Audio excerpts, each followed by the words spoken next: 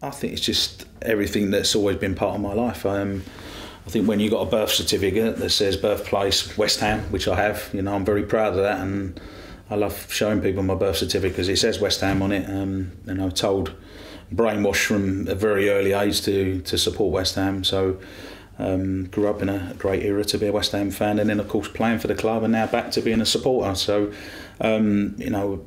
in terms of you have what goes on in your personal life, but I would say West Ham as a football club runs very near to my heart, very closely behind all what goes on in my personal life. I think most supporters would say that the two things that appeal to them really, when you first take an interest in the club, would be the colours, the claret and blue colours, because it's such a great contrast of colours, and two really, really good colours as well.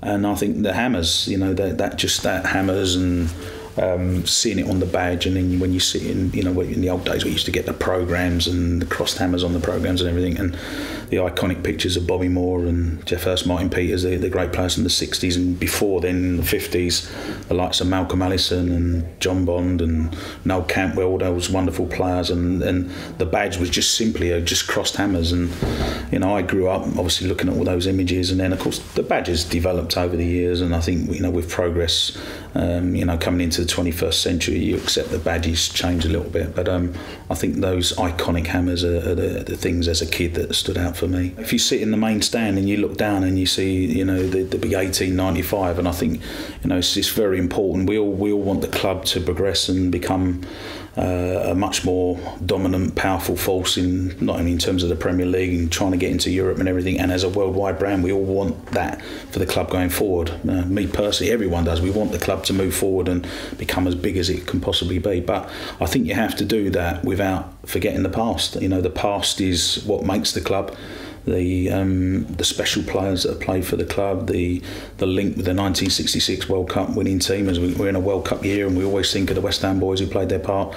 But above all else, I think the passionate supporters that we've got at the club, and been long suffering at times, me myself included, over the years, and we all feel that we should be doing a little bit better in that. But the badge and the supporters is what the club's all about, and like I said, we want the club to move on, but we must retain the links with the past, and anything that we can keep that's got a positive link to the past, we should keep that as well. Looking at the current badge, I think obviously you've got the castle on there, which probably goes back to the times of Anne Boleyn, and then the bowling ground and the connection with that. But if we're moving across London, which we are, to Stratford, then perhaps there could be a case for maybe dropping the castle. That's only me personally saying that.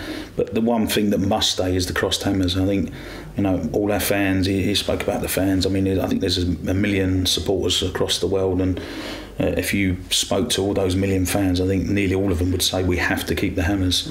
Obviously, you've got to keep the wording and the West Ham, in some form or other in the badge. But the crossed hammers for me are the real important thing. And I'd be all for a change of badge. I don't think the club's changed its badge for quite a while now. The opportunity to go in the Olympic Stadium, which is something I've always been very pro, and always been saying that it's the best thing for the club.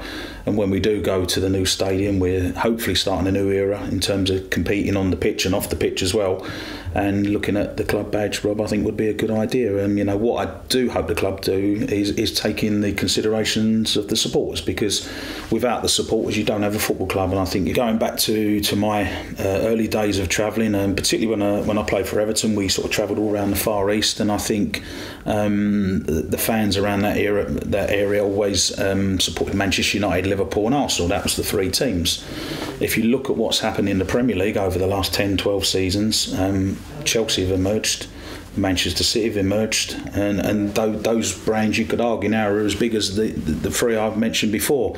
So why can't West Ham go onto that level? Why can't we take the club into an era where around the world people start to recognise the brand of West Ham? You've got to have success on the pitch. That's the key to anything at a football club. You must have success, you must win trophies and get into the Champions League, etc. And I understand that, but as a brand, I think West Ham's brand is an exclusive brand. As I say, the colours, the badge, the hammers, and the good players we've had, it appeals to a lot of people around the world, and West Ham as a brand itself stands up. For me, I'm a West Ham fan, and I will always be a West Ham fan.